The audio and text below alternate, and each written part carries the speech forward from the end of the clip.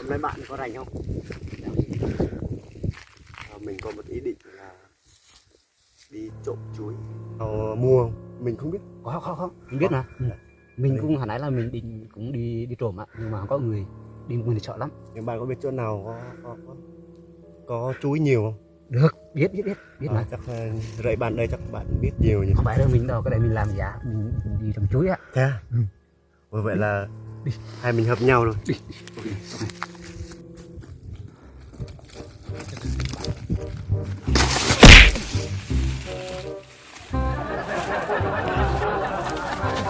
Sao vậy bạn? Mình đi ăn trộm, đi bắt cặp đấy. Bây giờ hai anh em mình là chia nhau, tí là bạn đi lướt trên, mình đi lướt này, sợ người ta phát hiện là hai người không được. Nói khẽ thôi, biết toàn là chủ nhà thôi, nghe mình. Bạn đi lướt này nha, tí nữa thấy là kêu nha. Rồi.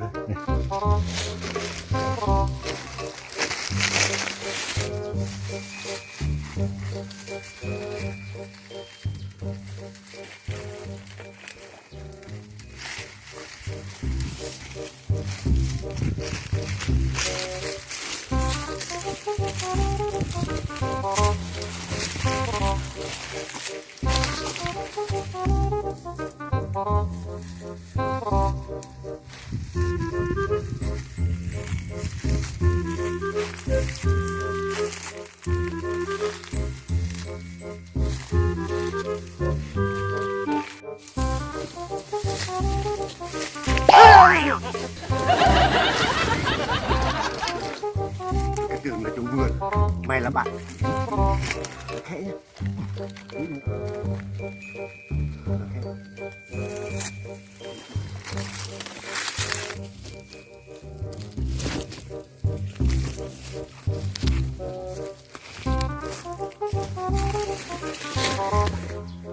Cái nào? Cái đó. Được. Cái được. Nó được không? À, mình giữ bên nào? Bên này. Được. Đây.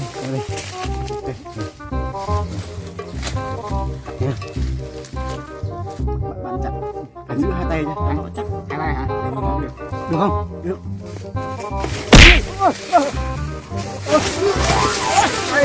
Sao vậy? Sao Báo là chặt hai tay mà. Sao vậy? Phải chặt hai tay mà. Bạn chặt kỳ lạ thế. Đủ đau hết rồi. Đau bụng quá. Để mình giữ nhé. Không sao.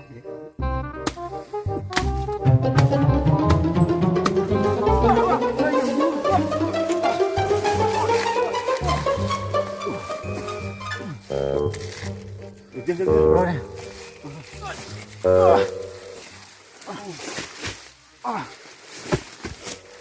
Nặng lắm. Nặng không?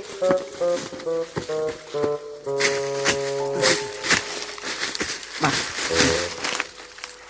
Người ta mua chuối cho nào. Còn sao? Xa. Đục sao nặng thế này sao mình nổi. Cố gắng đi. Chủ nhà đấy bắt tiếp. Đi.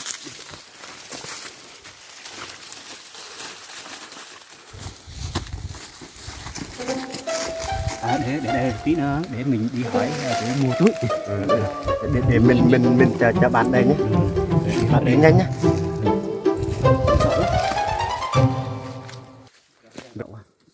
Bạn đi lâu thế nhỉ? Chủ nhà phát hiện ra là chết.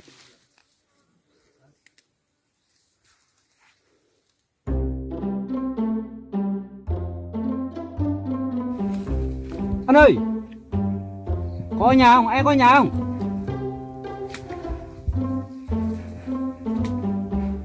Ai kêu đấy? Không biết. Chắc có người kêu ấy. Ta coi thử đi lại. Gì đấy? Đi. Có người kêu đấy. Hả? Có người kêu. Bán chuối. Thử lại.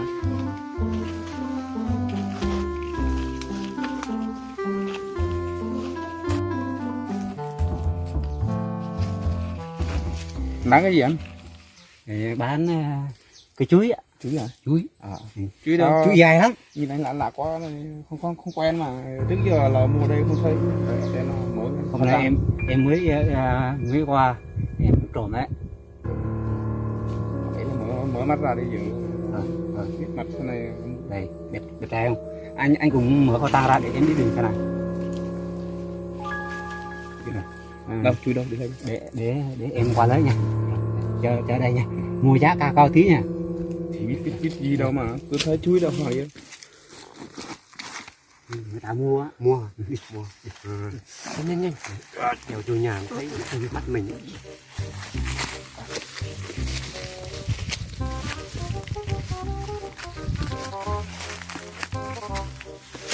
Đây này, để dưới đây. Đây, đây hả? Đây, chỗ đây. Chơi đây à? Hả? Đâu phải chơi này đâu. Để chú không mua. Đâu, mấy em bán cái gì đấy lạ kỳ quá. Chuối Này ai mua đâu, mua quả chứ tự nhiên mua cái này làm gì? thế chú ghi thế này là tôi mua các loại chuối mà. Đây, chuối quả cháo đây sao chú bảo không mua? Hả? Như thế này, mấy em không biết ấy, là đi chú là gì ấy, là thu mua các loại chuối đúng không? Ừ. Nhưng mà không phải là mua cây của nó, không hiểu à? Mua quả thôi. Mua cây mà làm cái gì? Mua cây thì bao nhiêu vườn là anh có cây hết, nhưng mua quả đây. Cây cũng Không được hiểu mà, cây anh có thể cho thay đá nhỏ nó để bầm cho heo ăn, có gì đâu mà. Đúng không? Thăm đúng cô nhỉ? Mua thử cái để nhà có con heo mà, hiểu không? Thì mua để Phải mua dùng cho nó, tụi nó đi nó vác xa mệt. Mua dùng thì anh mua dùng cho em nhé. biết rồi, ý giờ là máy móc ấy là riêng là cái bảng ghi đây ấy, không phải là mua cây nha, mà mua quả thôi. Chuối ví dụ là như này, chuối Tây lao á. chuối Tây lao, tây tà lao đây, người đồng bào gọi là tây tà lao ấy. Thường ở đây đồng bào ra đây bán hết cũng gọi là tây tà lao đây. Tây bia nữa. Thế không mua cây à? Cái đó có mua đâu, cây muốn làm gì, cho là hôm nay là nếu mà em chặt lớn thì gọi mua rễ bán thì được thì bán, không được thì Nó kêu là cây nó không mua, nó mua Tây lao, Tây gà. Cây nó không mua, nó bảo mua rẻ lắm, nó bán. Thế sao được? Nếu mà dịch tiếng cái re mình á, để mình dịch cho bạn nha.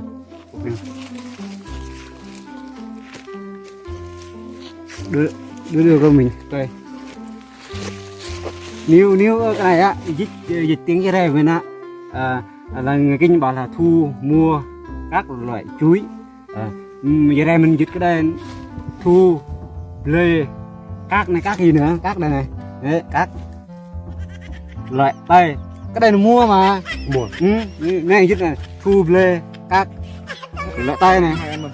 Em Sao? thấy em không sao đâu, chắc hai người nó gì phải không, cái não gì tính kinh thế nào. Rồi ghi đây em mới bảo cái đây Ý là người ghi và lại người đi bán tự nhiên mà đi dịch cho cái này là sao? ý là dịch là để cái cát là đây. Ý là nó tâm bậy à? Vậy là cái đây người ta dịch vậy là cái gì đây em không biết. Cây Cây hả? Cây. Vậy em có tưởng là cát là cái đây chứ. Cát là tất cả. Thôi, tóm lại là ngoài nó có mua không? Nhanh biết trộm mà. Bây giờ anh có mua giúp Thì giúp em đi. nói rồi, cây là chẳng qua là giúp hai người thôi, thấy hai người là chắc đầu óc nó không vấn đề rồi, là mua rẻ, bán thì là mua, không bán thì hết cách rồi. Em Cái đây là 1 ký của nó là 1 triệu thôi. rẻ Được không? Được hả? không được. 1 ký 500 được không? Có tên lẻ không em? 1.000. 500 mà một với 5 là ai lớn hơn? 100 đồng nhiều á, miễn bán 1 ký đồng đi.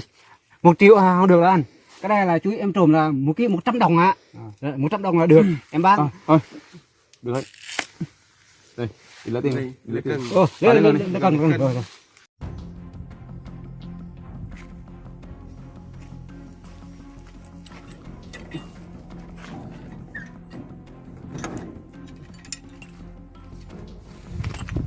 Cần đây. cái kìa, sao mình ban chui sao nó đi lấy súng nhỉ? Súng mà sao mình ban chui sao đi lấy súng? Em bạn chui sao lấy súng vậy? Nó không biết thật này, cái này cân mà đâu phải súng. Còn bạn anh em ơi, đấy không phải là cái gì đâu. Đừng có bắn. Không, đây nè, Đây này, con Cái gì? cái này. cân đây này. Đừng là súng chứ. Không, Cần gì lại ấy. con này ai ăn giang thì nó móc cổ con luôn. Thế à? Bỏ xuống cái này đi con này. Bỏ xuống này. Bỏ xuống hả? Rồi. Em đi lấy cái cây gì đấy nghe.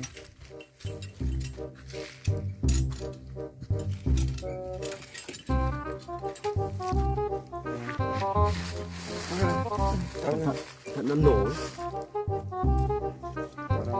Cái này không phải là cái gì đâu mà cân mà.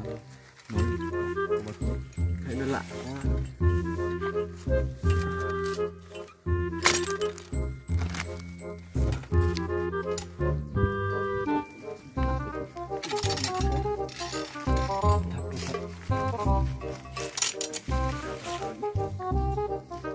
Quay nha mấy ký nhá.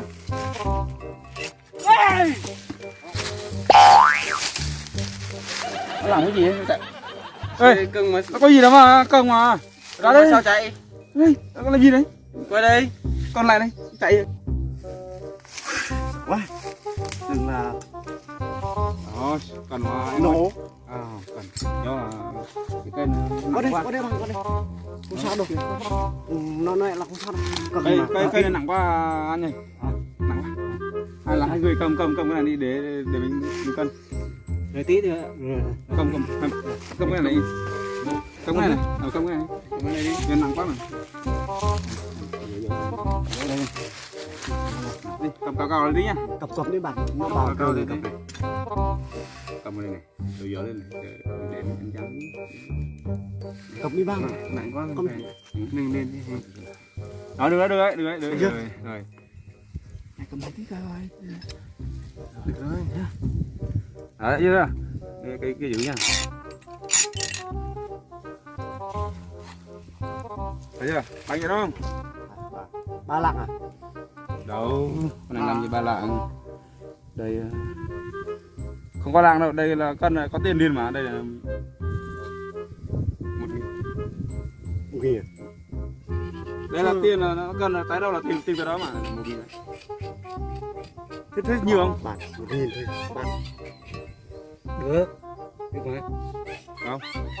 1.000 sao mua đủ? Nhìn được rồi. Cần bao nhiêu nữa? Cái này mỏi tay ở đây. Đây mỏi tay quá.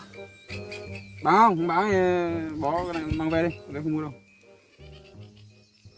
Bán này. Cứ bán đi không sao đâu. Rồi, thả đi nha. Đằng nào anh em mình Thả đi. Thấy đó đi. lỡ đi lấy rồi. Này nha. Thấy chưa?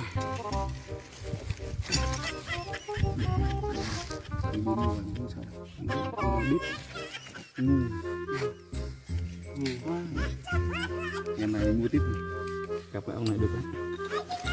Bảo ngày mai nó đi trộm tiếp. Làm cho mình nữa. Nhưng mà trộm quà đấy, trộm cái này tao mua nữa. Không thích mua. Bảo trộm quá. Sao mình nặng thế sao có 1.000 sao đủ? Không biết nữa. Tao phải 10.000 mà. Đây có 1.000. Mình chỉ trồng 10 lần. Trộm 10 lần. 1.000 này, 1.000 này. Một. Đi tiếp nữa. Một ly cà phê. Thế là 10 cây mới đủ ly cà phê. 10 cây ly cà phê min. Đi tiếp. Một cây. Đi tiếp một cây. Là cà phê bạn. Mình đi. Không được, bây giờ lỡ. Lấy tiền đi. Quán này, lấy tiền nhân lên. Bao hả? Mua gì hả? Rồi, em dắt cái này vào nhà đi. Lên. Để vừa lấy tiền nha. Tiền nhà tối nay, tối thứ bảy không có ly cà phê uống mà. lên đưa tiền đi. Nghiền cà phê à? Thế này ông nghiền cà phê à? Ừ. Uống cà phê chết rồi. Lấy tiền nha em à, lấy tiền đi, để cho nó mua người này. Anh bác ấy, trong ví ấy, có thẻ ấy, mang qua đây. Máy móc là đi mua là đừng có chặt mấy cái cây nữa, không mua đâu. Chắc quá rồi, có quả chín ấy, mua đắt tiền lắm, ký 8 triệu. Quả chữ lẩu. Rồi chứ nào cũng được hết, chơi lâu rồi chứ tập bia rồi người đọc nói đấy, đắt tiền lắm. Đây. À. Đây ý là do anh em mình nó thương với nhau ấy, khó khăn quá. Thêm 1.000 nữa. Đấy là thấy là ngày mai là đi chỗ cái tiền này nó rút được số tiền lớn lắm, uống cà phê cả ngày cả tháng thôi. Dạ 2 triệu nha. Đó. 2 triệu ạ, 20 triệu ạ. 20 triệu ạ. 20 triệu. Vậy á? Đi nhanh đi. Thằng là nó ngu, được 2 triệu. Có 1.000 được 2 triệu. 20 triệu ạ. 20 triệu để nó quên. Vậy là anh em mình may bắt tay. Nhanh đến nó. Thằng nó mua.